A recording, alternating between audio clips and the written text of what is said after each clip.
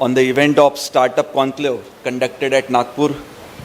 All respected dignitaries on the dais, respected Manali Madam, respected Reena Madam, respected Deepak ji, respected Shrikant ji, and our young chap Shreyas, all respected participants, parents, guests, very good evening to all of you.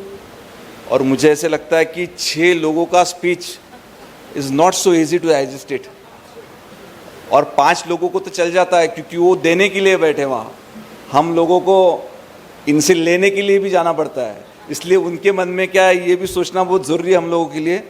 तो मैं थोड़ा जल्दी wind up करूँगा, ये आपको assured करता हूँ, और सिर्फ नेता की तरह आश्वासन नहीं दूंगा, उसको इम्प्लीमेंट भी करूँगा।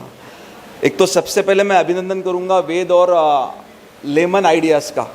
जब मुझे रीना मैडम मिलने और दीपक सर मिलने आए थे तो एक लेमन आइडियाज़ ही इतना टच करके गया मुझे कि नहीं ये प्रोग्राम को तो जाना ही पड़ेगा, क्योंकि मैं बहुत पहले संभाजी नगर में लेमन ट्री में एक बार रुका था और मैं पूरा लेमन हो गया था, उसकी खुशबू, पूरे होटल की खुशबू लेमन थी। और आज लेमन आइडियाज़ के माध्यम से हमारे इंडिया में देश के प्रधानमंत्री सन्मान्य मोदी जी रहे या स्टेट में हमारे सीएम सन्मान्य देवेंद्र जी रहे, स्टार्टअप्स को, इनोवेशन को इतना ज़्यादा इम्पोर्टेंस यहाँ दिया जा रहा है कि नए नए इनोवेशन के माध्यम से आज यहाँ बताया गया कि लिटरली एक 6 साल का बच्चा जिसने इनोवेशन से स्टार्टअप करके एक नई जगह इस समाज में प्राप्त कर लिए। तो हमारे इंडिया में जो प्राचीन कालीन स्किल था, आज भी अगर उसको प्रॉपरली पुशअप किया जाए तो हमारा देश दुनिया में कहीं पे भी कमी नहीं रहेगा। और उसमें इनिशिएटिव वेद ने पिछले 30 सालों से लिया है।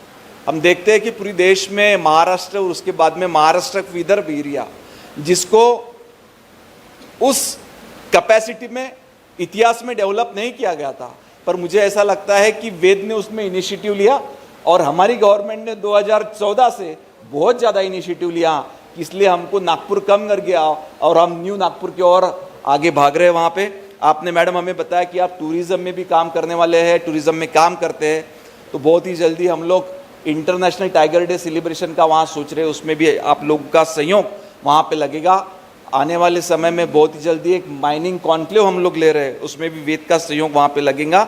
और लेमन वाली आइडियाज़ तो लगेगी, क्योंकि लेमन आइडियाज़ के बगैर ये सब कुछ पूरा हो नहीं पाएगा। श्रीकांत जी का भी मैं धन्यवाद कहूँगा कि आज महाराष्ट्र इनोवेटिव सोसाइटी ये बहुत अलग मोड में, इंक्यूबेशन सोसाइटी, इनोवेटिव सोसाइटी बहुत अलग मोड में काम करी है, जिसके माध्यम से हमारे स्टार्टअप्स, पर्टिकुलरली यंग स्टार्टअप्स करने वाले बंदों को बहुत एक अच्छा प्लेटफॉर्म यहाँ मिला हुआ है। मैं आपको बताता हूँ, जो चीज़ आपने मुझे यहाँ अपील की वो उस चीज़ की मैं राह देख रहा था, क्योंकि बच्चे मुझे बार बार मिलते हैं।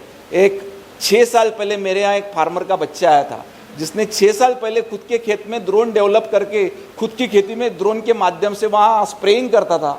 वो फिर बाद में दिल्ली चला गया, उसको वहाँ जॉब गया, पर उसका मन नहीं लगा क्योंकि वो तो इनोवेटर था। वो वापस आ गया अपने गाँव में, अभी अलग अलग इनोवेशन कर रहा है। आज ही मुझे और एक बार मिल रहा था, वो बोल रहा था कि सर अलग अलग कॉलेजेस में इंक्यूबेशन सेंटर स्टार्ट होने चाहिए। मैंने कहा भाई मेरा डिपार्टमेंट नहीं है, तुझे मैं बाद में बात कर पाऊंगा, क्योंकि मैं जल्दी में था, मैं उसे टाइम नहीं दे पाया। पर आपने अपील की और मुझे क्लिक हो गया।